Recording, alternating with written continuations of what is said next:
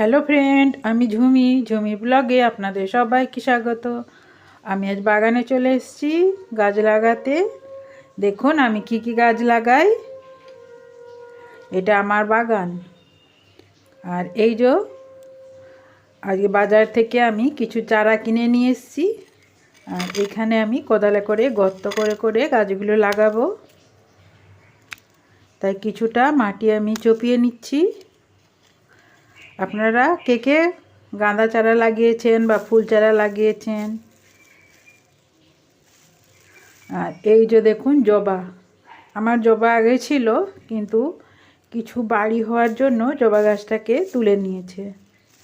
তাই এখানে আমি দুটো জবা গাছ কিনে নিয়ে এসেছি। ডাল থেকেই হয়, এটা কলমে লাল আছে আর চন্দন আছে। আর এইখানে দেখুন গাঁদা চারা আমি আগেও এনে লাগি, আবারও আমি দুটো নিয়ে এসেছি। দুটো নয়, এর মধ্যে জোড়া জোড়া আছে, তিনটে করে আছে, কোনোটাতে দুটো করে আছে। এইগুলো কীরকম ফুল হয় কি জানি, ফুল ফুটলে আপনাদের দেখাবো বন্ধুরা। আর আমার ছেলে বলল, মা তুমি গাঁদাগুলো নিয়ে ধরো, আমি তোমার কটা ছবি তুলে নিই। তাই আমি ছবি তুলছি এখন। চ্যানেলটিকে আপনাদের যদি ভালো লাগে তাহলে চ্যানেলটিকে সাবস্ক্রাইব করে আমাকে এগিয়ে যেতে সাহায্য করবেন। আর ওই যে দূরে দেখা যাচ্ছে, এটা আমার বাড়ি, চেয়ারটা আছে। আর এখানে আমার একটা ছোট্ট বাগান আছে। আর এই যে আমি আগেই গাঁদা চারা লাগিয়েছিলাম, একটু হলুদ হলুদ ফুল ফুটেছে। খুব একটা যত্ন করা হয়নি, মানে এখানে খুব সারের অভাব, গোবর সার থাকলে খুব সুন্দর হয়। ওই আমি রাসায়নিক সার দিয়ে দিয়ে একটু একটু করে গাছগুলো লাগাই। আর মায়ের কাছে আমি গাছ লাগানো শিখেছি। প্রথমে গর্ত করে নিতে হয়, তারপর বালি দিতে হয়। বালি দিলে কি হবে, শিকড়গুলো তা চালনা করতে সুবিধা হবে। তাই গর্তটা আমি করে নিয়েছি, তারপর একটু করে বালি দিয়ে দিচ্ছি। আর এই যে চারাটা আমি পলিথিন থেকে খুলে বার করছি, বার করে গাছগুলোকে আমি লাগিয়ে দেব। একদম সোজা করব না, একটু হেলিয়ে লাগাবো। এতে কি হয়, কাণ্ড থেকে শিকড় বেরোতে সুবিধা হয়। ঠিক এইভাবে এরপর মাটি দিয়ে দিচ্ছি। মাটিটাও কিন্তু খুব শক্ত হয়ে গেছে। যাই হোক, আমি আবার বালি দিয়ে দেবো, তাহলে বালি আর মাটি মিশে মাটিটা ঝুড়ো হয়ে যাবে। তার গাছটা আগে লেগে যাক, তারপরে সার দেব। আমি ওই গোমরটা কিনে নিয়ে এসেছি, গোমরটা দিয়ে দেব। আর গোবর সার জোগাড় করা খুবই কষ্টকর, এখানে কোথাও গরু নেই।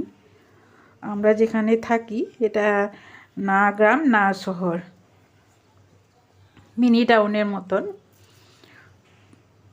আর এই যে জল নিয়েছি, এরপর জল দিয়ে দিচ্ছি।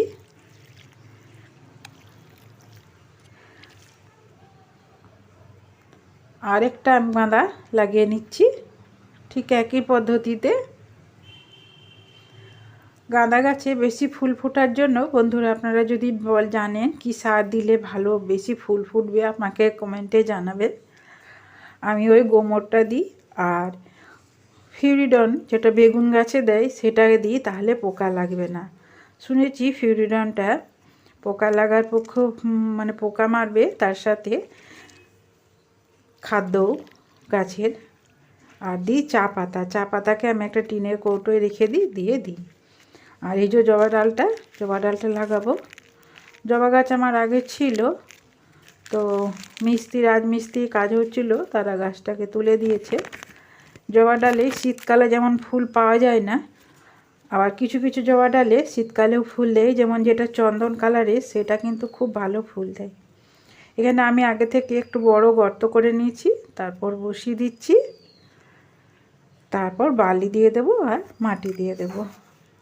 ঠিক একই পদ্ধতিতেই লাগাবো। জবা গাছে এখন কখন ফুল ফুটবে তার ঠিক নেই, তবু সারা বছর ফুলটা পাওয়া যায় আর কি, পুজোর জন্য। আর দেখতেও সুন্দর। আমার বাগানে অনেক কিছু গাছ আছে, আপনাদের পরে পরে দেখাবো। এরপর মাটি দিয়ে দিচ্ছি, দিয়ে গাছগুলো জল দিয়ে দিচ্ছি। আর কালকে সকালে, আমি এখন বিকাল হয়ে গেছে, সন্ধে হয়ে গেছে, এখন একটু জল দেবো, কাল সকালে আবার দেবো। এইসব চারা গাছগুলো বিকালের দিকে লাগালে ভালো হয়, তাহলে শিশিরটা পাবে আর লাগবে। এই যে দেখুন আমার আম গাছগুলো, এদিকে অনেক গাছ আছে। আমি নিজের হাতে করে এইসব গাছ লাগিয়েছি, বড় করেছি। এদিকে লেবু গাছও আছে। আর এই যে দেখুন লাউ চারাটা কেমন উঠছে। সাইড থেকে জলটা দিচ্ছি, মাঝে দিলে মাটিটা সরে যাবে, তাই সাইড থেকে দিচ্ছি। বন্ধুরা আমার চ্যানেলটিকে সাবস্ক্রাইব করে আমাকে এগিয়ে যেতে সাহায্য করবেন।